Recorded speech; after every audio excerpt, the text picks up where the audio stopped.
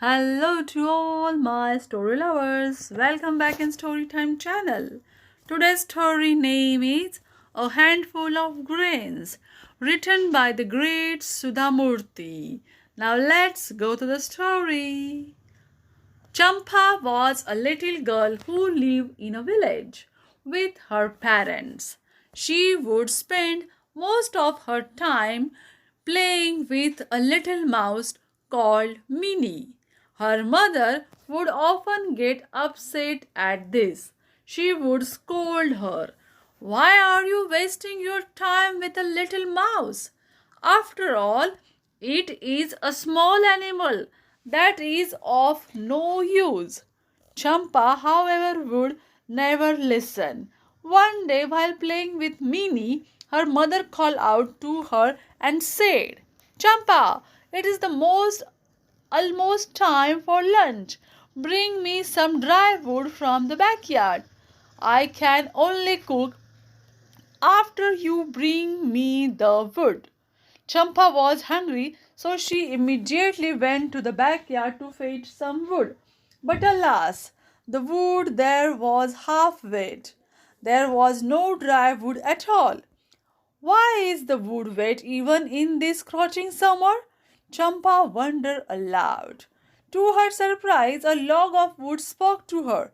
Oh, Champa, I would have dried and been of some use to your family. But look at the grass around me. It hasn't been cut or cleared in ages. That's why there's always shade here, and the sun's rays don't reach me at all. Champa was surprised at the log's words and she glanced down at the grass surrounding the wood. It was true. The moment she looked at the grass spoke. Oh, what can I do? I don't get the sun rays either, and that's why I am wet.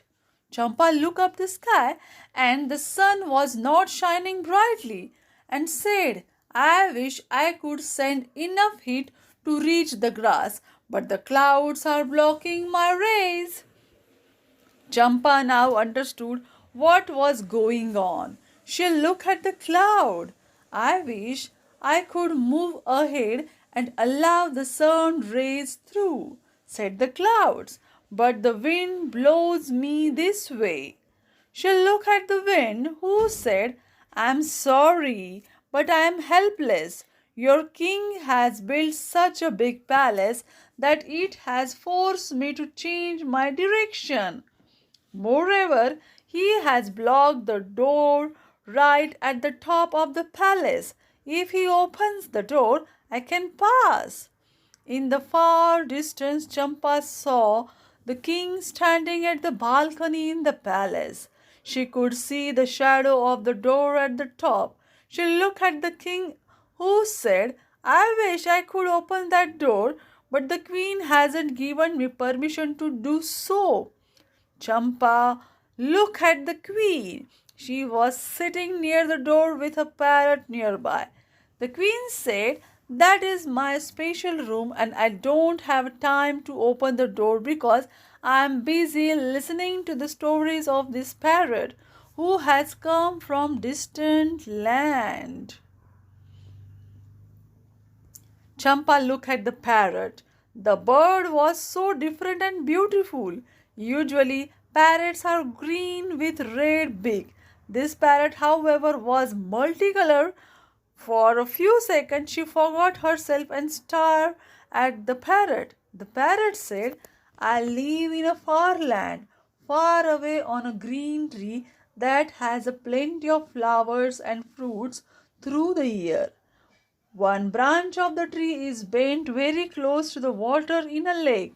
The lord of the lake scares me. He keeps threatening to drown the branch. So I flew away in search of a home and came here.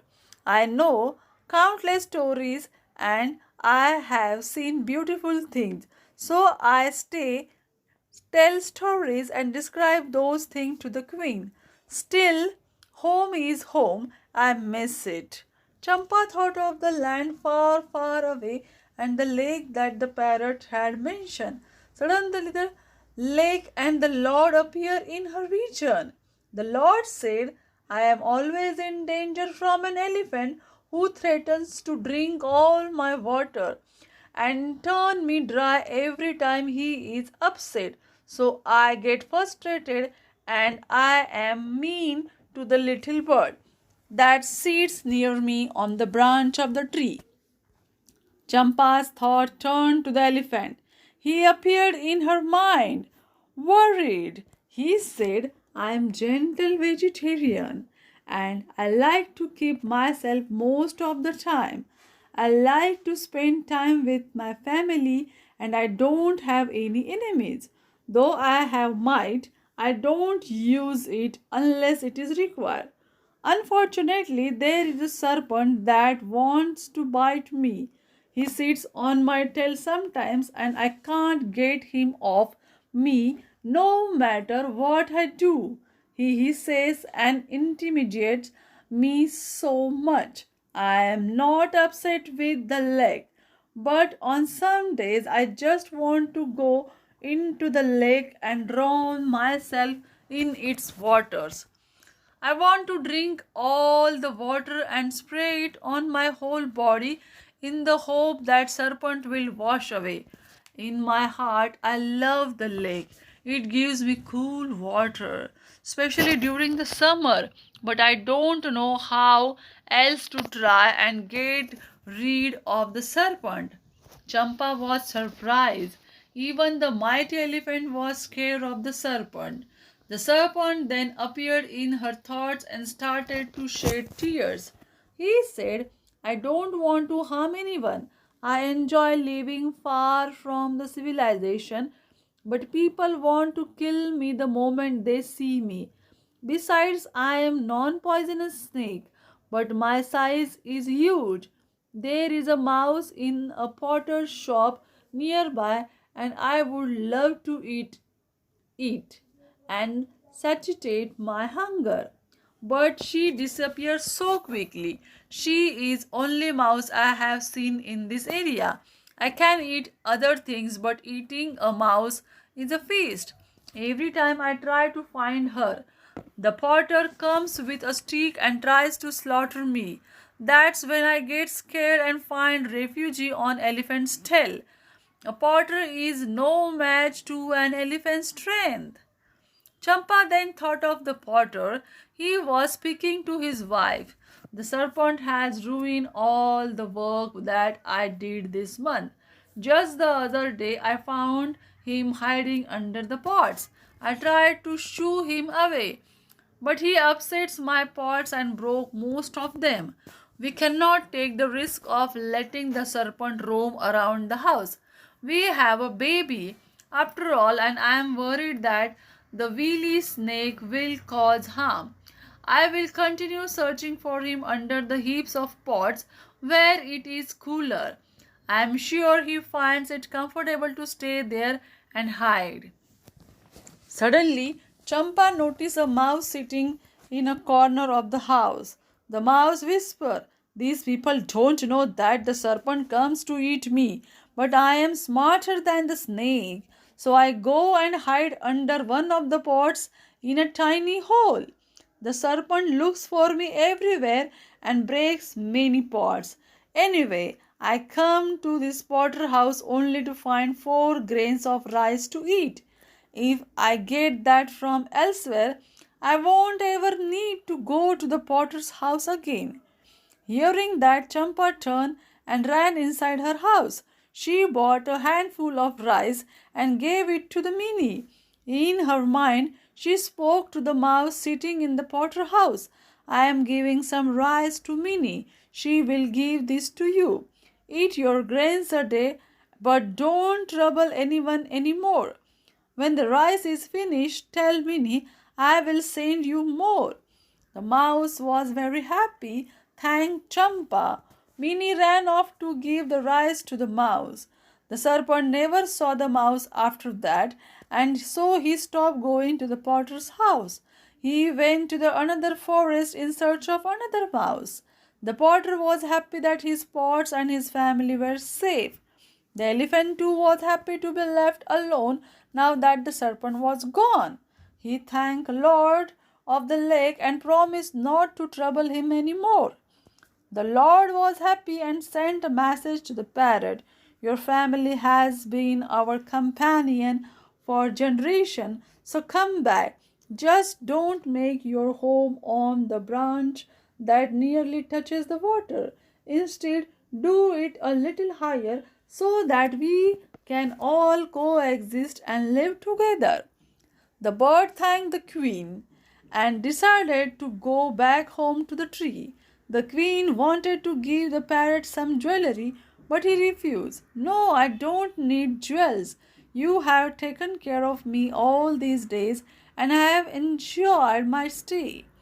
I will take memories of our time together home with me. Goodbye. I will go now, he said and flew away. With the bird's departure, the queen had a lot of time to spare. She realized that she hadn't opened the door at the top of the palace for a long time, which the king had been asking her to do for a while now. She opened the door, and a strong gust of wind came through and pushed the clouds. The clouds floated away, and the sun started shining brightly. The grass below got plenty of sunshine and soon became dry, as did the wood sitting on it. Champa's mother came out of the house soon after and saw Champa standing in the backyard doing nothing. She nudged her. Hey, Champa, I asked you to bring firewood. What are you doing here, daydreaming? Mother, you don't know where I have been. Do you know that 4 grains of rice can change the world? Please give me a handful of rice every week. My Minnie should not suffer like the others.